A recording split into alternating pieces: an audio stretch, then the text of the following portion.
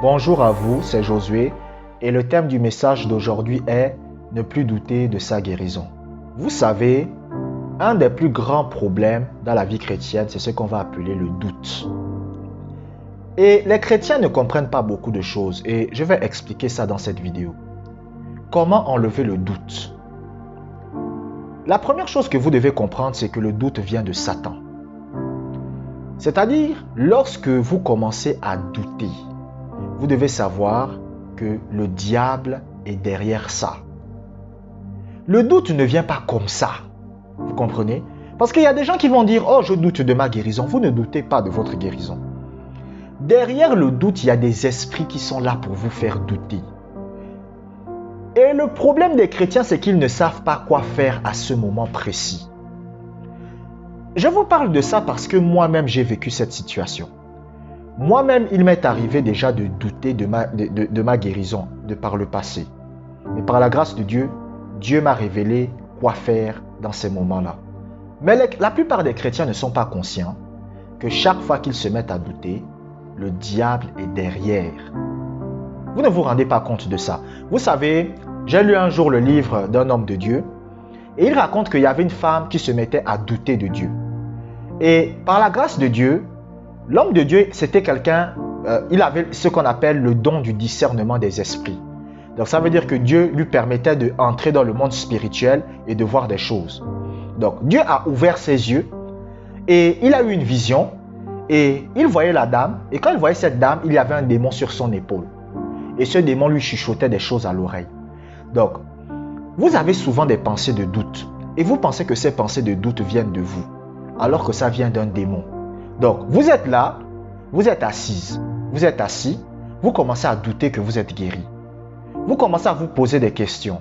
Est-ce que je serai guéri un jour? Est-ce qu'un jour je vais obtenir ma guérison? Alors que vous ne savez pas que les pensées que vous êtes en train de recevoir viennent du diable.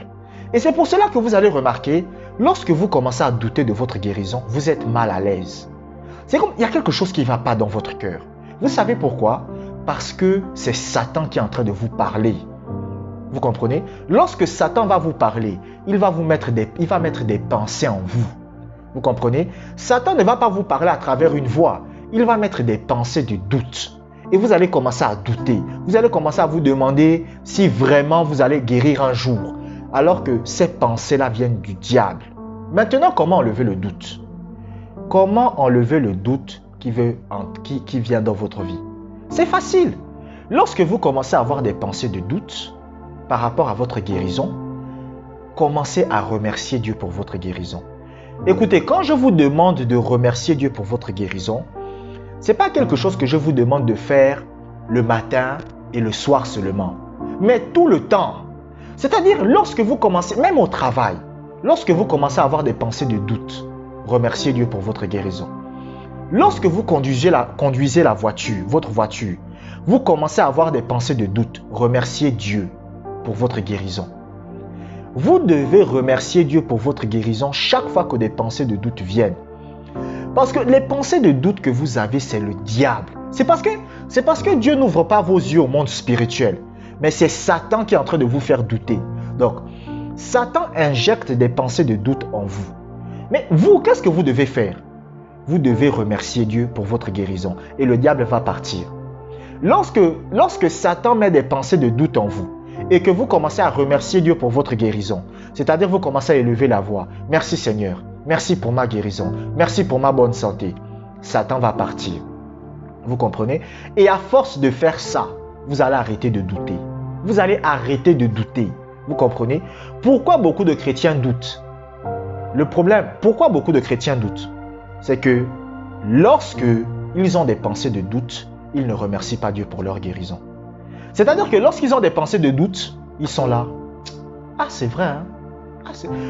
Vous acceptez les pensées de doute. Vous ne devez pas les accepter. Dès que les pensées de doute viennent, vous dites, oh, merci Seigneur pour ma guérison. Merci Seigneur, je suis en bonne santé. C'est comme ça que vous devez réagir. L'action de grâce est une arme puissante contre le diable. Le diable n'aime pas quand vous remerciez Dieu. Vous comprenez? Le diable n'aime pas quand vous remerciez Dieu. Le fait de remercier Dieu pour votre guérison lorsque le diable vous fait douter, ça va faire en sorte que le diable parte. Quand je parle du diable, je parle des démons. Vous comprenez? Parce que les démons travaillent pour Satan. Donc, chaque fois que vous avez des pensées de doute, chaque fois que vous vous questionnez par rapport à votre guérison, remerciez Dieu pour votre guérison. Peu importe l'endroit, vous pouvez être à la douche, vous pouvez être au travail, vous pouvez être en train de regarder la télévision. Quand vous commencez à avoir des pensées de doute sur votre guérison, remerciez Dieu automatiquement. Ne laissez pas Satan vous piéger. Remerciez Dieu. Mais les chrétiens commettent cette erreur. Lorsqu'ils ont des pensées de doute, ils ne remercient pas Dieu. Et c'est pour ça que beaucoup de chrétiens, il y a un problème. La deuxième chose que vous pouvez faire aussi, et ça je vous le recommande, c'est quoi? D'écouter la parole de Dieu sur la guérison. Les chrétiens aujourd'hui n'aiment plus écouter la parole de Dieu. Vous savez, c'est triste, hein? C'est triste. Mais les chrétiens aujourd'hui n'aiment plus écouter la parole de Dieu. Les chrétiens aiment écouter. Écoutez, si vous arrivez dans une église, je fais un séminaire par exemple. Je dis séminaire, plutôt temps de prière. On va prier de minuit à 6 heures. Les gens vont venir. Mais si on leur dit, venez pour écouter la parole de Dieu, les gens n'aiment pas. Vous comprenez? Les gens n'aiment pas. Écoutez la parole de Dieu dans le domaine de la guérison. Si vous voulez que le doute parte de votre vie, apprenez à écouter la parole de Dieu sur la guérison de façon constante. Vous comprenez? Écoutez, moi que vous voyez, et j'ai l'habitude de vous le dire, je continue à lire des livres sur la guérison. Malgré que je suis guéri de toutes mes maladies, malgré que je ne tombe quasiment jamais malade, je continue à lire des livres sur la guérison.